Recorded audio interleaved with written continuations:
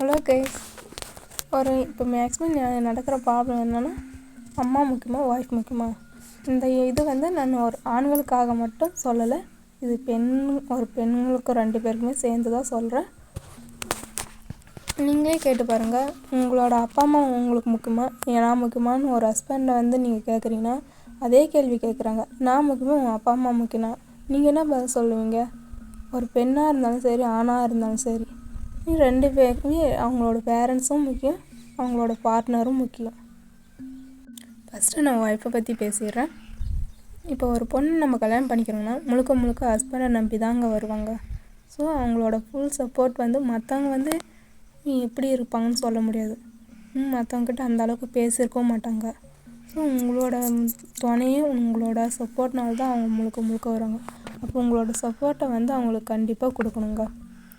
அது மட்டும் இல்லாமல் கேரிங்கு, எதனா டிஸ்கஷன்னு எல்லாமே ஒய்ஃபுக்கு தெரிஞ்சிருக்கணுங்க. ஏன்னா உங்களோட எல்லா இதுக்குமே அவங்க இனிமேல் துணையாக இருக்க போகிறாங்க. அப்படின்னும் போது அவங்கக்கிட்ட எந்த ஒரு விஷயமும் கேர் பண்ணிக்கோங்க, ஷேர் பண்ணிக்கோங்க. முழுக்க அவங்கள அவங்களுக்கான இம்பார்ட்டண்ட்டை கொடுங்க. ஃபஸ்ட்டு ரெஸ்பெக்ட் கொடுங்க. ரெஸ்பெக்ட் கொடுத்தாலே மேக்ஸிமம் ப்ராப்ளம் இருக்காது. சரிங்க, இப்போ நான் அம்மாவை பற்றி பேசுகிறேங்களா? நம்மளை படிக்க வைக்கிறது, நம்மளை வளர்க்குறது, முழுக்க சொல்ல போனால் அவங்களுக்கு தேவையானதை செஞ்சுக்கிறாங்களோ இல்லையோ, நமக்கு என்ன தேவையோ அதை தான் செய்வாங்க. அவங்களுக்கு தேவையானதை மட்டும் எனக்கு தெரிஞ்சு யாரும் அதிகமாக செஞ்சுக்க மாட்டாங்க பேரண்ட்ஸுக்கு. ஆனால் புள்ளிக்காக தான் நிறைய செய்யும். அப்படின்னு இருக்கும்போது அவங்களோட பெரும்பான்மையான பங்கை நான் அதே கேள்வி கேட்குறேன், பேரண்ட்ஸாக ஆனால் அவங்க பின்னாடி அவங்க எப்போங்க சமாளிக்க ஆரம்பிச்சிருப்பாங்க?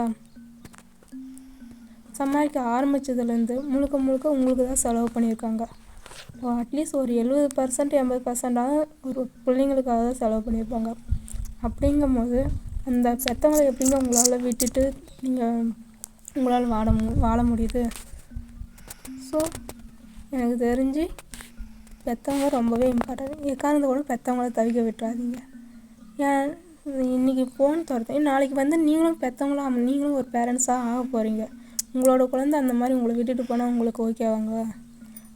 அவனோட ஒய்ஃப் தான், இல்லை என்னோட ஹஸ்பண்ட் தான் முக்கியம், நீங்கள் எப்படின்னா போங்க அப்படின்னு விட்டு போனால் நீங்கள் ஏற்றுக்குவீங்களா? ஸோ ஒரு ஆண் ஒரு ஒய்ஃபையும் சரி, அம்மாவும் சரி, பேரண்ட்ஸையும் சரி, 2 பேருமே பார்த்துக்கிட்டா இந்த உலகத்தில் மேக்ஸிமம் யாரும் அனாதையாக இருக்க மாட்டாங்க, யாரும் ரொம்ப கஷ்டப்பட மாட்டாங்க. ஏன்னு கேட்குறீங்க, அப்போ அக்கா தங்கச்சியெல்லாம் பார்க்க வேணாவா அப்படின்னு நினைக்காதீங்க. நீங்கள் உங்கள் வீட்டில் இருக்க பொண்ணை இன்னொரு வீட்டுக்கு கொடுக்குள்ள அந்த ஆணும் தம் ஒய்ஃபையும் அம்மாவையும் பார்த்துக்கணும்னு நினச்சா ஒவ்வொரு வீட்டு பொண்ணு கண்ணிலும் கண்ணீர் வராது. இந்த வீடியோ அம்மாவா ஒய்ஃபான்ற ஒரு டாப்பிக்கில் இருக்கிறதுனால தான் இதை பற்றி மட்டும் பேசுகிறேன். தேங்க்யூ.